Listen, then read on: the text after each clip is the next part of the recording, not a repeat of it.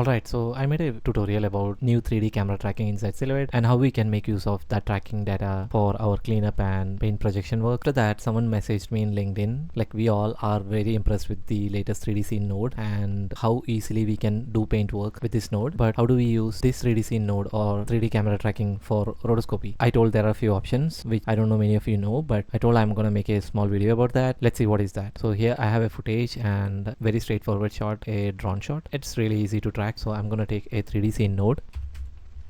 I already explained few of these properties in the last tutorial. If you guys want to check that out, go ahead. By the way, I'm using the latest version of Silhouette 2026.0.0. This version has lots of cool updates. I'm gonna make tutorials for everything, so stay tuned for that. Also, there are a few changes or new updates inside the properties as well. I'm not gonna cover that inside this tutorial. I'm just gonna simply click on solve. It will take few minutes to get the tracking done. Tracking inside Silhouette is really fast. You can see that over here. You can see it's not like 100 frames, it's 600 frames. Yeah, you can see the tracking results are really good. I mean, the perspective is not that great, kind of okay with that. Alright, so before that, we go into the properties. You can see the average error is 0.55990. There are a few new options here, which is really handy. Let's proceed with whatever we have. I'm gonna select few points over here, maybe over here. Let's draw a card. I hope the perspective is right. It's kind of okay. Move that a little bit over here. The perspective is really janky. I should have chosen some other points. I can easily show what I'm up to. I'm gonna click on Ctrl Z. Alright, so the tracking data is gone. I don't know if this is a bug or not. Let me click on solve again. Alright, so average error is very much similar to the previous tracking result. I'm quite happy with this thing, and hopefully this time I'm selecting the right perspective. Maybe here, maybe these points. I will uncheck this one. So I've selected that points and I'm gonna draw a card over here. Yeah, this is somewhat better. Let me move that a little bit over here. The perspective is kind of okay.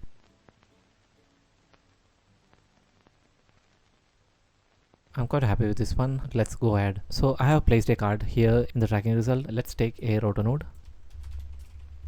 Connect that into the plate. Also make sure the data ports are connected between roto node and 3D scene. This is really important. Now if you go to roto node and select the tracker property, you can see all these things because data ports are connected. If you go inside the properties, you can see there are a few options right now. Point track ML and classic. This is the old point tracker. This is the latest one. I'm gonna make a tutorial about this one. This is a really impressive tool, but let's go ahead with classic. So inside here, before we used to have only point tracker. Now we have few other options as well. So how do we use these options inside roto node? I'm gonna select few points here. Let's go into create point trackers from 3D points.